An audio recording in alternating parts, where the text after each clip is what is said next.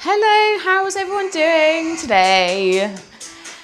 Are you ready for HIIT week? Okay, so we've got 6 exercises and we're repeating for 3 rounds. Now there is, tomorrow for instance, we're doing all 3 rounds of the same exercise before we move on for various reasons because we're moving up and down.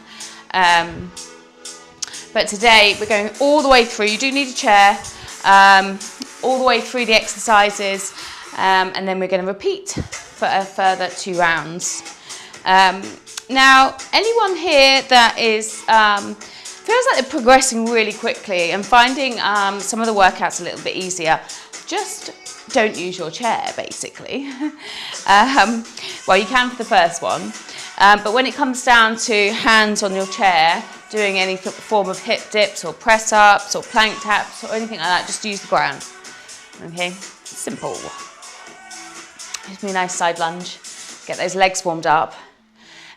So we are using the second exercise. We've got lunges to a front kick. So use your chair if you need to for balance purposes. Okay, we are alternating. There's only one exercise that we're doing one side and then the other, but the other exercise is all different. Okay. So I'm going to run through the exercises really quickly. I've set the timer for 45 seconds on, 15 seconds rest.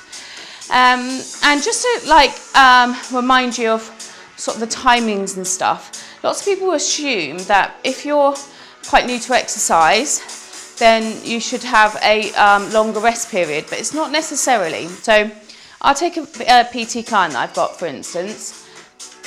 I'll take 2. One's complete fitness, puts maximum effort in. She's literally wanting to be sick at the end of her workout because she's pushing herself so hard, just because that's how she is mentally. Okay, so I take her and then I take someone else that's been training with me for some time now, but they will always stick to these types of workouts just because that's who they are. They're not someone that really wants to push themselves out of their comfort zone. They'll find it very hard to do that. And they've got their fitness built up, but they will always stick to sort of the milder exercises, shall I say.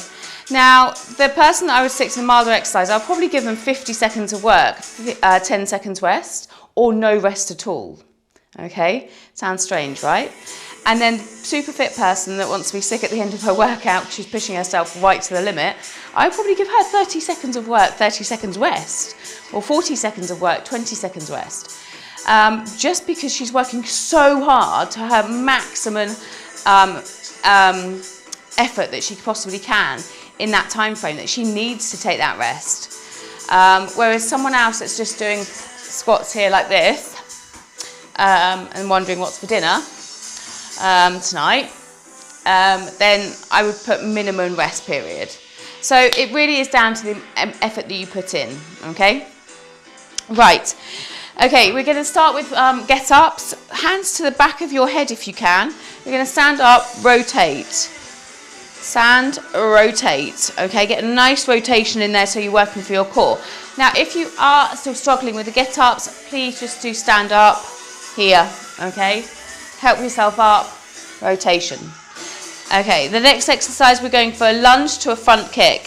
So we're going to step back, kick. Step back, kick. So use your chair if you need to, get that nice kick in. If you need to just step back and kick, that's fine. Step back and kick, especially if you've got bad knees. Don't use that as an excuse though, because lunges will help you build strength in your knees so they don't hurt. Chair hip dips. So we're in a plank position and we're going to drop our hip one side and then the other, okay? And drop it as far down as you can. You'll really feel the waist working, okay, through the obliques. And then we're going to go for a leg extension. So we want to bring our leg up to this position. I'll show you on this side. And then you're going to tuck the knee in, okay? So the key is you're getting it nice and high, okay? Nice and high. We're going one side, then the other with that one. And then we're going to go for plank shoulder taps to a rotation. So tap, tap, rotate, rotate. Okay, there are your exercises, and then we repeat for another 2 rounds. Okay, let's get going, shall we?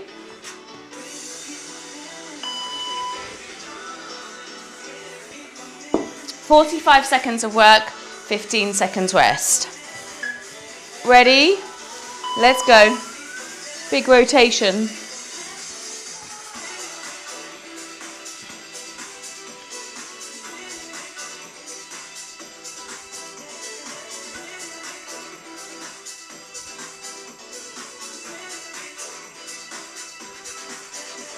Don't forget to breathe.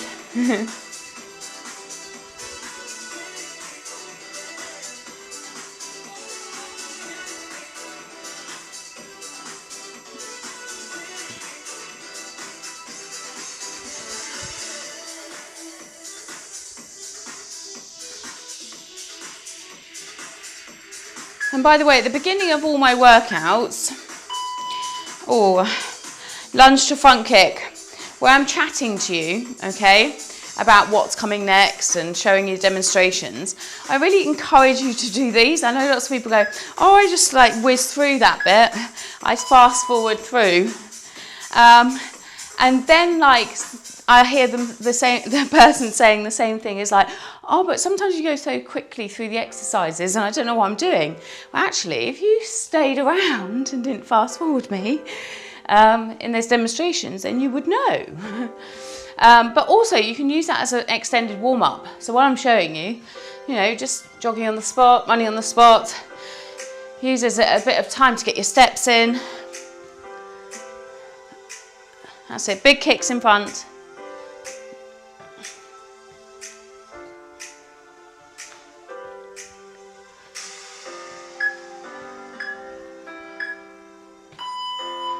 Feeling my legs today. Okay, we're going for our hip dips. Okay, you ready?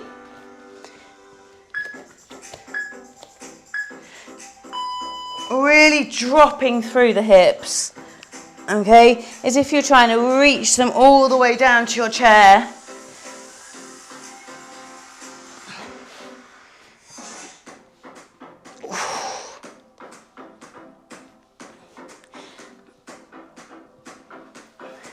So I'm feeling them in my obliques.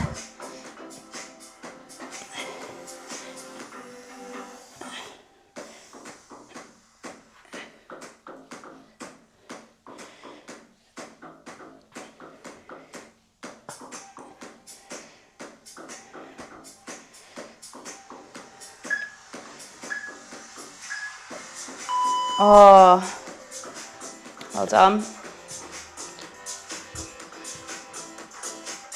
Okay, your next one, we've got our leg raises. Okay, so lift that leg up. Ready? Tuck it in and extend. Tuck in, extend. Really lift that leg up nice and high as you can.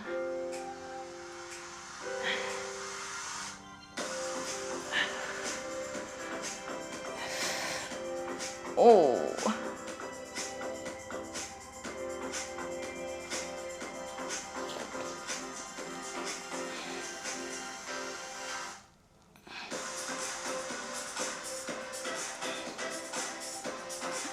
This is a good booty lift workout, exercise even.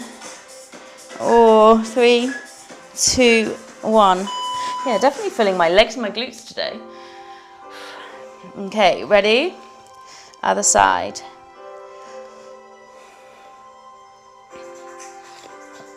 Lift up nice and high. Tuck in.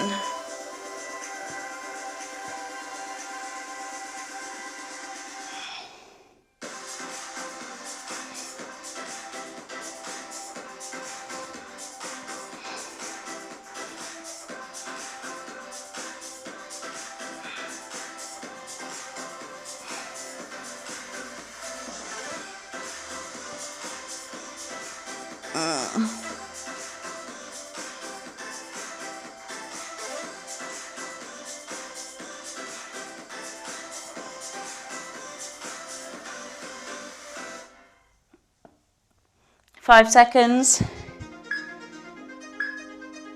2, 1. Well done. Yeah, I'm really feeling my glutes today. Okay, you're going for your shoulder taps to rotation. Okay, ready? Tap, tap, rotate, rotate. Nice and still on those taps.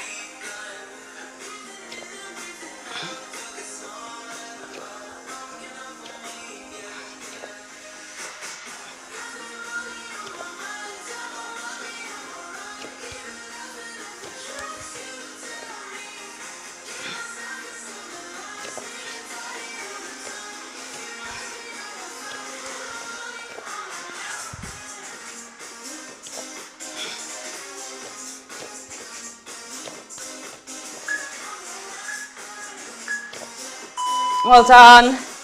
Okay, we're straight into the next round. No rest. Okay, you ready for your seated get-ups? Let's go. So when I came into doing these beginner shape up program, you might have seen, because I've been posting some videos recently, during my time over lockdown doing workouts, and I had lost loads and loads of weight, mainly because I didn't have a life other than just work, exercise, eating really well because we weren't going out drinking. It was so easy. But then, our lunge kicks. But then, obviously, as lockdown lifted, naturally gained back a bit of weight from just going out and making the most of it. But also meeting my boyfriend. That's always a good sure way, isn't it? Honeymoon period of relationship. Gaining weight. So yeah, it took me a good year, really, of consistently eating in a calorie surplus to gain weight. So I am living proof that you cannot out-train a bad diet, because my exercise regime hasn't really changed from what I was doing then. It's just my diet has. Yes, I was probably moving a little bit more then. I was doing more classes for sure, but probably less steps at certain periods. That is, sometimes I was doing a lot more steps, non-exercise activity. Your hip dips. So yeah, I'm living proof that you cannot out-train a bad diet.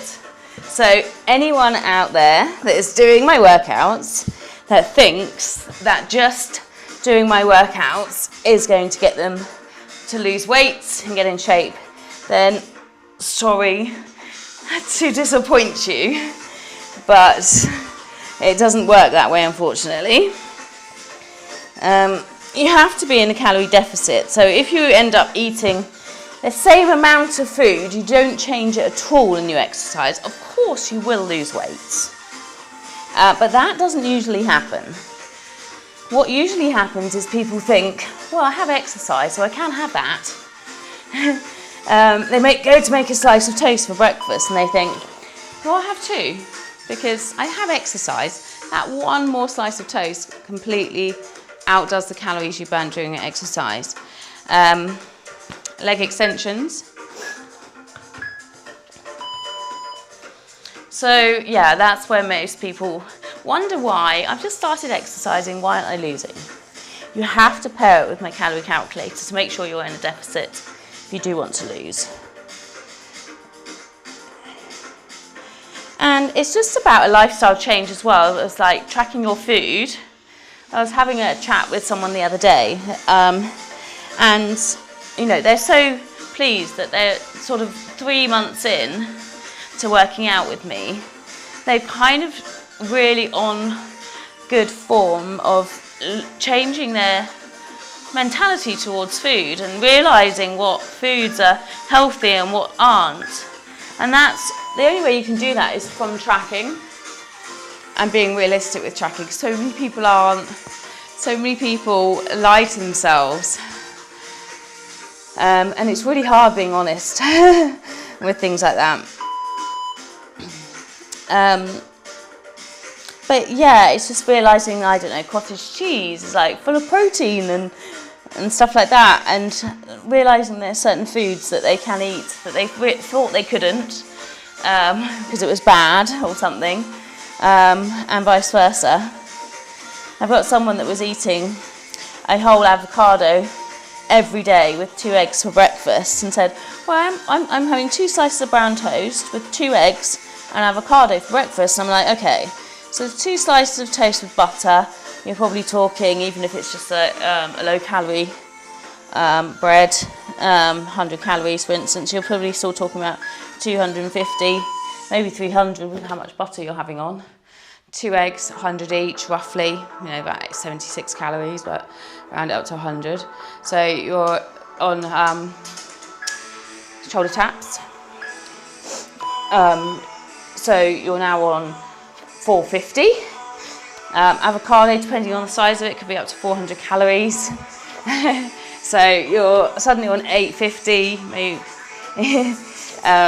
you could have had an 800 calorie breakfast, 800 to 900 calorie breakfast there, thinking that that's really good, and you've just eaten, and then say that same person says, well, then I had a chicken salad for lunch, which was literally just a green salad, 1 chicken breast, and a little bit of Caesar dressing, and that's it.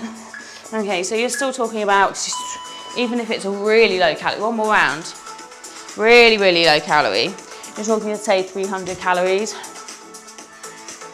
If you add the chicken breast, a bit of Caesar dressing, so say let's call it 300. So with your breakfast at, let's say, 800, you're on 1100 now, and thinking that you've been super, super good, which it is, that is really healthy, don't get me wrong. And then you have jacket potato with a steak and loads of veg for dinner. Now that sounds like a perfect day, doesn't it? But then let's say that was 600, 700 calories for dessert, and you haven't had any snacks, by the way, at this point. So you're talking now about being on 1700 calories that you consumed, which is all really healthy, don't get me wrong. But if to be in a calorie deficit, you need to be on 1500 to lose loads of weight, then you're going to be not there. So the only way to know is by tracking your calories. You can eat a super healthy diet, no snacking, no naughtiness whatsoever. Yeah, it could be high in calories. And, if you often have a chicken salad with a bit of Caesar dressing or a bit of mayo or something, and it's pretty much the same, all you've got to do is do it once, and it will remember it. It will say, do you want to put in yesterday's lunch, for instance? And then you can adjust it accordingly. So it really doesn't have to be difficult.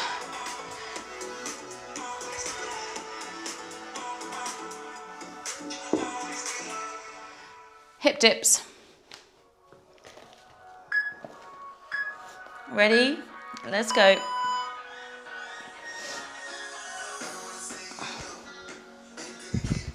And one thing I do often say to someone, because I know there's loads of you out there that do this, they're in denial because they say they're tracking and everything and nothing's happening.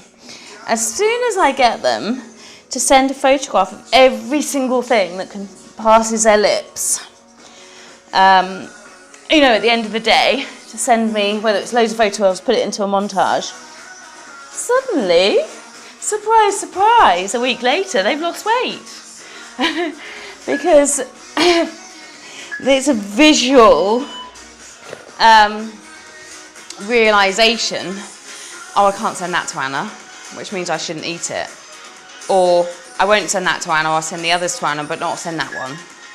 And then that kind of gives them a little bit of a reality check that, hold on a minute, I'm sending her these photographs, I'm holding these ones back that probably equate to about 600 calories. And that's actually making it happen in reality for you. So suddenly it makes you realise and think, okay, I'm going to sort this out. Or you go to eat something and think, no, I've got to take a photograph of that, I really don't need it, and put it back. So all of a sudden, you're eating so much better and within your calories that you should be having to lose weight. And it all starts falling into place. And sometimes you need that to get that focus. Sometimes it takes, that measure to realise. But anyway, as I was going back to the first conversation, I was like, I'm in a chatty mood today. The first chat, I started saying about me gaining weight. So, obviously, I've been trying to, probably for the best part of this year, every time I do a challenge or a new program or anything like that, I'm like, right, this is it, calorie deficit. And then I end up messing it up at weekends. But now I haven't. I'm 4 weeks of being on it and I'm losing weight now. I'm really starting to see it, which is making me feel good.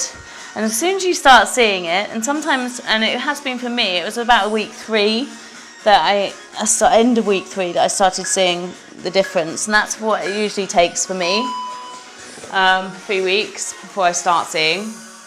And in those 3 weeks, sometimes it can be disheartening and think, I don't feel any different and I'm 3 weeks in. And that's when you give up. But I always say, stick with it because it will suddenly start happening like it has done for me.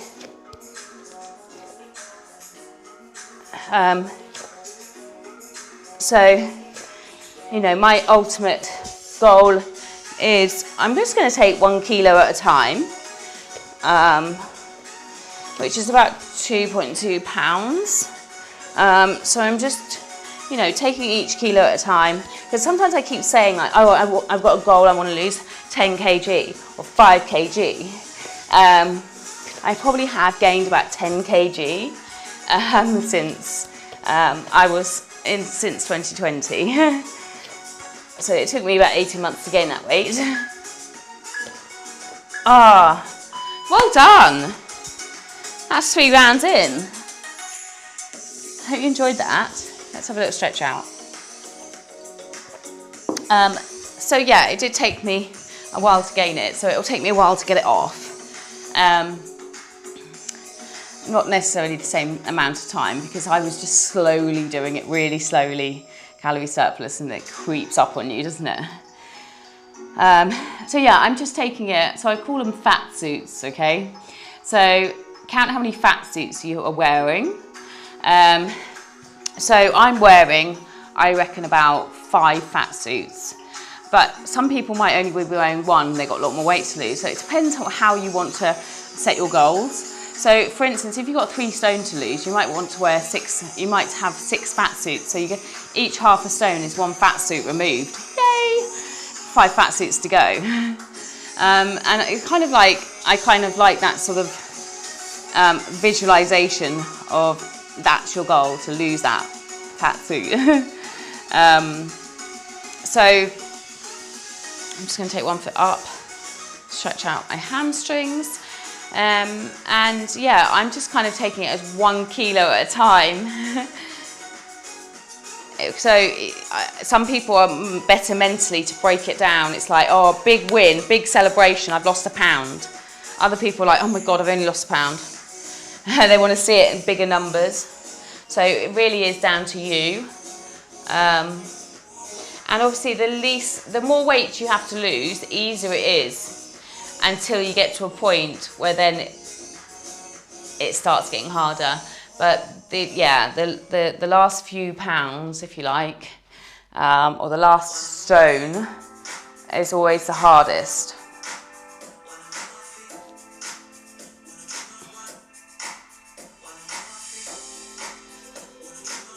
And reach over. And it's a balance as well, because I want to lose the weight whilst not losing the booty. So it's a balance as well. Anyway, hope you enjoyed that. Any questions you have, let me know, and I'll see you soon. Bye.